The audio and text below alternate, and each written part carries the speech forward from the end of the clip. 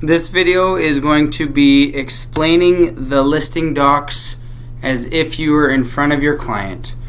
So what I'm going to do here is I am going to be the listing agent. We are about to sign all the paperwork. I am going to say exactly what I say to the sellers, and you take it for what it's worth. So I'm going to start with the listing agreement. I have the entire kit. We have Form 200, the working with a realtor, we have the data input, and then we have FinTrack. So again, I'm going to start with the listing agreement. So I will say, okay, Mr. and Mrs. Seller, you will be in a contract with the realty firm. I am simply a representative of the realty firm. This is your name, correct? They will say yes. Property is known as 1330 Jelna, number 82, correct? They will say yes. Okay, Mr. and Mrs. Seller, so we are going to start on the 8th day of September, and we will do a 90-day contract, which will bring us to the 7th day of December. Okay? They will agree. We are going to list this for $250,000. Any problems there? No. Okay? So, first and foremost, I'm going to explain this contract. I don't want you to sign anything until I read each page and you are okay with everything I said. So first of all, definitions and interpretations. From now on, you will be known as seller and the person who is buying will be known as buyers. We don't use names. We simply say the seller, the buyer. Okay? So for commission, hopefully we're going to get them for 6%. 2% of which will go to the cooperating brokerage.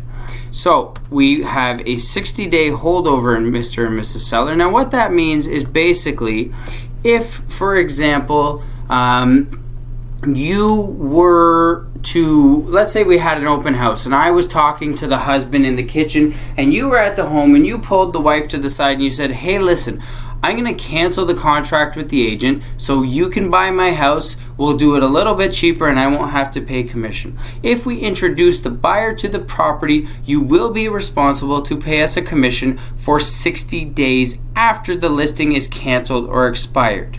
However, if you decide to list with another agent, that becomes null and void. So the reason we do this, Mr. and Mrs. Seller, is so that we don't get burned by bringing a buyer to a house and then them purchasing privately through you. So if you are okay with everything I just said, Mr. and Mrs. Seller, and I'm going to initial right here, I will get you to initial here saying we are going on the MLS. I'm going to get you to initial here saying that you are not working with any other agent at the time. And I'm going to get you to initial here saying that I read you page 1. That's where they'll do the 3 initials. You do not get them to initial here because we're never going to ask for more than a 6-month contract on a residential. And these videos are for residential purposes. This might be for a commercial property or a farm property, but not for the purpose of these trainings. So if you do it right, you should have 3 initials, 1 going on the MLS, 1 saying they're not working with an agent, 1 at the bottom saying that you have read them the contract. Okay? So now we'll go to page 2.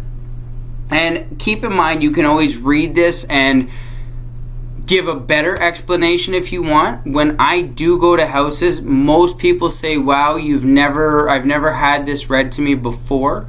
So I feel like I give a pretty good explanation, but you can always dive deeper if you want. Okay? So, Mr. and Mrs. Seller, representation is very simple. I now represent you. I represent your best interests. Okay? In the case of multiple representation, that would mean that I represent the buyer as well as you, the seller. If that was to happen, basically we keep a wall between both of you. I cannot disclose that you would take $200,000 and I cannot disclose to them that, or I cannot disclose to you that they'd be willing to pay $300,000. I can give my professional advice to you and I can give my professional advice to them. Now, because I am on a team, Mr. and Mrs. Seller, I typically will not represent the buyer and seller. members of my team might represent the other party. And again, we will keep a wall, but I just find it a little more professional if I don't represent both sides. Okay? Now, in the case of multiple representation and customer service, and I'll get into customer service in a minute, Mr. and Mrs. Seller, but in that case, then I can disclose anything they say to you. Okay? Number 4 is a finder's fee. So this is basically to keep agents honest amongst themselves. If I show the property to a potential buyer and they put in an offer with another agent, I get 25% of their commission. Now, this does not cost you anything else. It is just simply I get a piece of their commission for doing a piece of their job. Number 5 is referrals of inquiry. So from this point on, anything, if anyone asks you, well, hey, I saw your house is for sale. Well, yes, Mark is my agent. Feel free to give him a call or a text. Marketing. Now, at this point, you should have already went over what you do. So I say to them, I have explained what I bring to the table. I'm not going to call or text you every time to get permission. If I want to put up an ad, I'm going to put up an ad. Keep in mind, it's always going to be tasteful. But if I feel like putting up a Facebook ad or a Kijiji ad, I don't need your permission. Okay? Number 7 is warranty. So what I say to them, if the fridge dies the day before closing, you told them you were going to give them a working fridge, so you will be responsible to replace or fix whatever it is that is broken. If it dies the day after closing, then unfortunately that is on them. Indemnification and insurance. So for this one, I say just make sure your home insurance is up to date because this is still your home. God forbid somebody falls and cracks their head, they will sue you, the homeowner, and the listing brokerage will not be responsible. I've never personally seen anybody get hurt in a house, but the lawyers write this for a reason. And that's exactly what I say to them, okay? Family Law Act, now, this will depend on who the owners are. The Family Law Act, for a quick reminder of what it is if I, as the husband, own the house and this is a matrimonial home and my wife does not own the home, she is not on title, she still has to sign the document saying she agrees to allow the property to be sold as well. If it is an income property, that goes out the window. It is only the matrimonial home. It could be argued that a vacation property may have the same, so check with your broker of record if you're not 100% sure. Verification of information, Mr. and Mrs. Seller. In a minute, I'm going to ask you to pull out your ID so I can verify you are who you tell me you are. Okay, so I will get you to initial at the bottom in this corner, Mr. and Mrs. Seller, and there is my initial. I will go to use and distribution after we initial this because it goes on to page 3. Okay, so now number 11, use and distribution of information. Long story short, Mr. and Mrs. Seller, your information will be on our site. So our site is a private site, but it is so that a buyer knows who to make the offer to. So your information will be on the internet. Now, either you do or you do not want your information to be on the internet after the house sells or the listing expires. I don't know why they asked this. I'm going to get you to initial does not. Okay. Number 12, successors and assigns, Mr. and Mrs. Seller. This is the most grim part of the contract. God forbid something happens to you, this is still a valid contract. Conflict or discrepancy. If for whatever reason we can't see eye to eye, you may call my broker of record and he will take care of anything that is going wrong, and customer always wins. Okay? I'm a very reasonable person, but always keep that in mind. Mr. and Mrs. Seller, number 14 and 15 are basically the same. Electronic communication, electronic signature. So we are now in 2019. we're not always going to meet face to face if we have paperwork. We're not always going to talk over the phone. Sometimes I'm going to text you. Sometimes I'm going to email you. And you know what? If the offer is straightforward, I might send you the offer over email and you can electronically sign. Okay, so if all of that is okay, I am going to get you to sign here. I am going to get you to sign here, Mr. Seller, Mrs. Seller. I am going to sign here. I am going to put the date and I'm going to write my own name here. Also, I will get you to date these, Mr. and Mrs. Seller. This, Mr. and Mrs. Seller, is to say that I have insurance. So if I make a false claim, the buyer can sue me and not you. Now, I want to point this out, Mr. and Mrs. Seller. If you tell me there are no leaks, but you know there is a leak, I am going off of your information. If I say something like, there's a pool in the backyard and there's no pool, then I'm on the hook. Okay, so as long as we're okay with that, I'm going to get you to sign down here as well. And this is saying that you will have a copy of the agreement. Okay, so again, sign date, and then you sign here. Now we're going to go to working with a realtor. This one for me is very simple. I take about 15 seconds to explain this.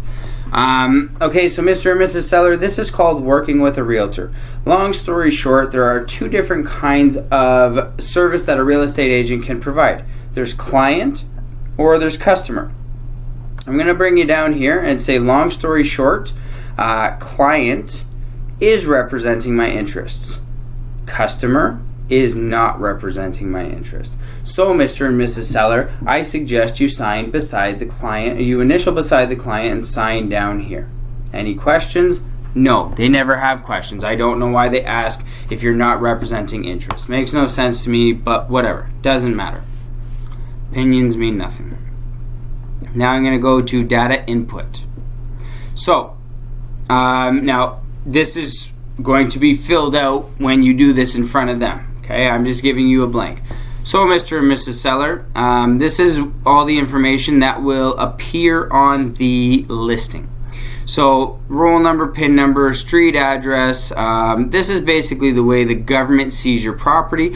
I have made sure that I have done all of my research before bringing this to you. Okay, and make sure you do that. So, we're going to start on the 8th, and we are going to go until December the 7th.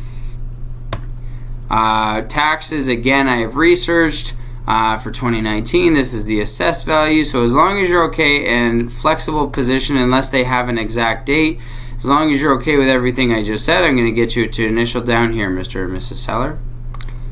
Page 2, okay, we are in a detached bungalow or whatever it is. Here are all the services. Here's the topography. Usually it's going to be clear, dry, flat here in London.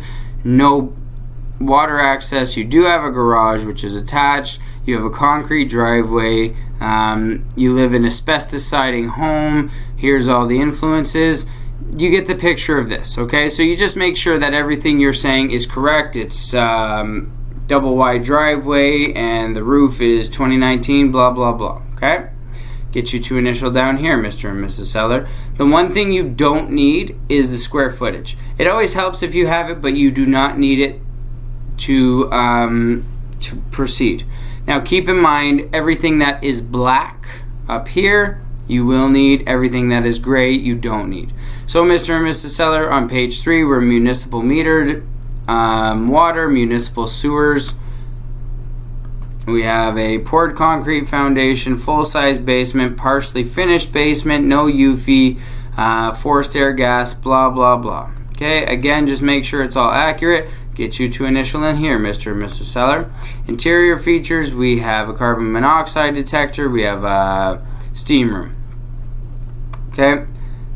This here you should be pulling from the old listing, but again, I'm assuming that you've already filled out your paperwork properly. So here's all your room measurements, Mr. and Mrs. Seller, if you're okay with everything. Now, I want to say this too. Always ask, Mr. and Mrs. Seller, did you manipulate the floor plan in any way? Because if they did, the room measurements might not be the same as the original listing. Typically, we're going to use the original listing, but if they blew out a wall to make a bigger bedroom or whatever the case, there might be something that wasn't there before, so double check, okay? Make sure you double check.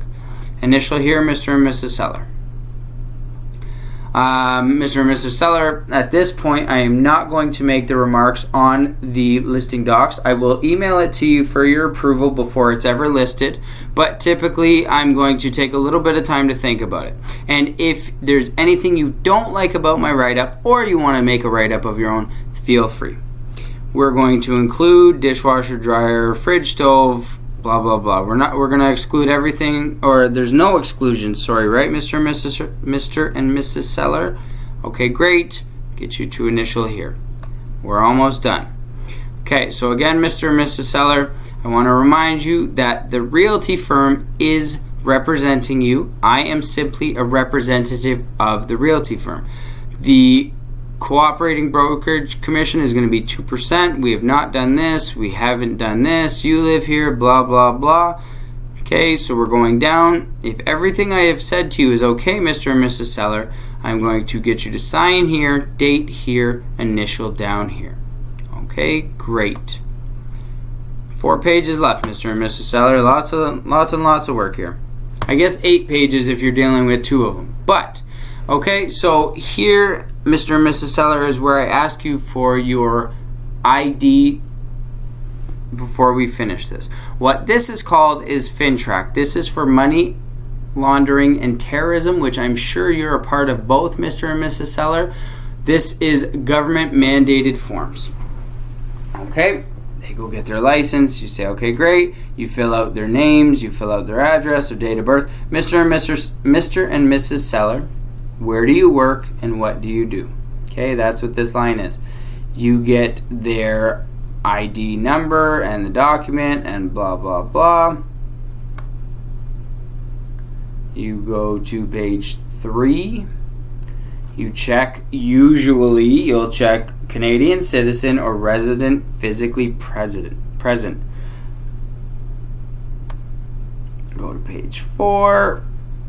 Residential property or residential property for income purpose or whatever it is. That's it. So that is the whole video. I hope this helped.